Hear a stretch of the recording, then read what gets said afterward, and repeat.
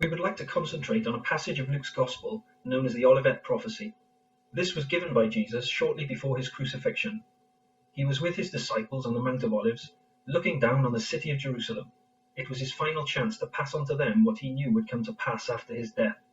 Specifically, he talked about events that would happen prior to his future return, an event we believe is near. Verse 26 of Luke 21 says that men's hearts would be failing them for fear and for looking after those things which are coming on the earth.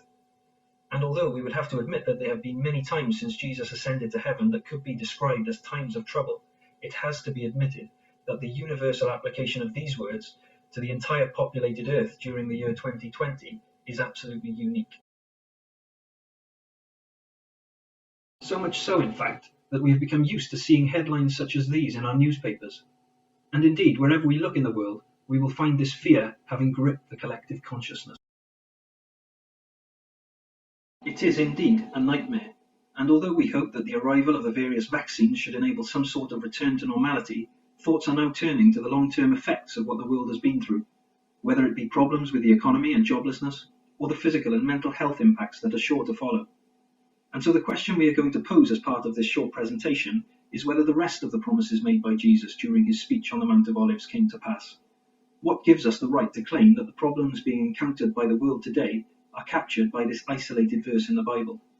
So let us then consider the other verses we have on the screen and see if there is any proof of them having come to pass in order to support our case.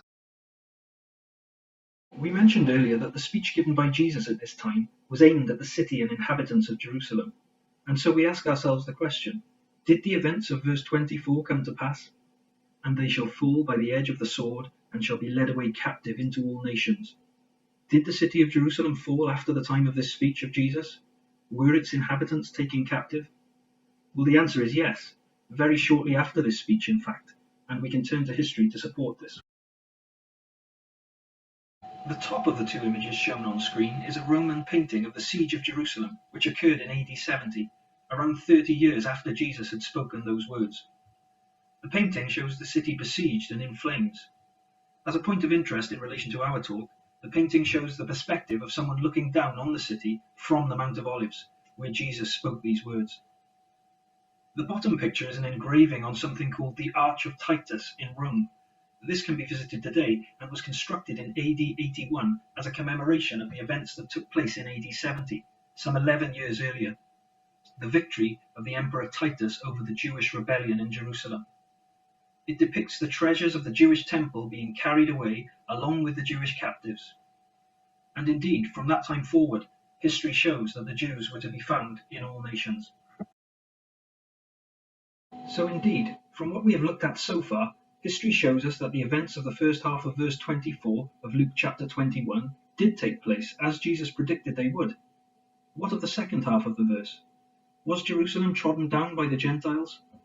Note, of course, that Gentile is simply a word used to describe non-Jews. And more importantly, did that treading down of Jerusalem by non-Jews come to an end? Well, the answer to both questions is yes. Jerusalem was occupied in some form by Gentiles for almost 2,000 years. But that came to an end, as recently as 50 years ago, in fact, in dramatic fashion, in an event known as the Six-Day War that took place in 1967. Although the modern state of Israel came into being in 1948, it was not at that time in control of the ancient city of Jerusalem, what it regards as its eternal capital city. It was, however, in a state of near constant war with its Arab neighbours. In 1967, however, in what has become known to history as the Six-Day War, Israel finally captured the old city of Jerusalem, so fulfilling the words of Jesus spoken almost 2,000 years earlier. The times of the Gentiles were at an end, as he predicted they would be. We have already looked at the first half of verse 26, with which we introduced our thoughts. The second half of the verse is also interesting. It mentions the powers of heaven being shaken. The powers of heaven in the Bible refer to political powers. God is in charge of the actual heavens, and his authority is absolute. And so this verse cannot be predicting that his power will be shaken. And so we ask ourselves a further question. Could the events we have been witnessing in the world recently be described as having shaken the political powers? Indeed, they could. This cover of Time magazine from earlier this year shows our friend Donald Trump attempting to swim to the White House, but appearing to be struggling in an ocean of troubles. COVID, of course. Donald Trump did not survive politically, and it is widely thought that the troubles caused by the coronavirus were instrumental in his downfall. He may well not be the last political power to be toppled by this crisis. And as we mentioned earlier, there will be further crises that follow on from this one. The political powers have indeed been shaken, and we anticipate will be shaken further still. And so finally we arrive at the crux of this prophecy given by the Lord Jesus almost 2,000 years ago. The culmination of the events we have considered is to be his return to the earth. We note that there are no timescales given by Jesus, and we must therefore accept that there may be further trouble in the world prior to his return. But hopefully what we have shown is that we cannot escape the reality of the historical events which have taken place, just as he said they would do. Our duty as believers in the Bible is to watch and to prepare ourselves for his return, which we know and from what we have seen can trust will indeed come to pass. So, in the short time we have had available to us, we have considered times of trouble preceding the return of the Lord Jesus.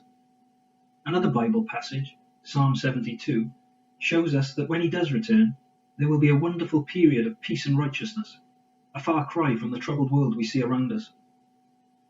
In his days shall the righteous flourish, and abundance of peace, so long as the moon endureth. He shall spare the poor and needy, and shall save the souls of the needy. He shall redeem their soul from deceit and violence, and precious shall their blood be in his sight. The Bible gives us a consistent message of hope, called the gospel message. It is possible for us to be part of this message of hope, and to be saved from the troubles in the world. There is, however, something required of us in return, something which through God's grace is simple, and which we are all capable of. More words of Jesus. Go ye into all the world, and preach the gospel to every creature. He that believeth and is baptized shall be saved, but he that believeth not shall be damned. Further words from the Apostle Paul writing to the Romans. If thou shalt confess with thy mouth the Lord Jesus, and shalt believe in thine heart that God hath raised him from the dead, thou shalt be saved. Thank you for watching.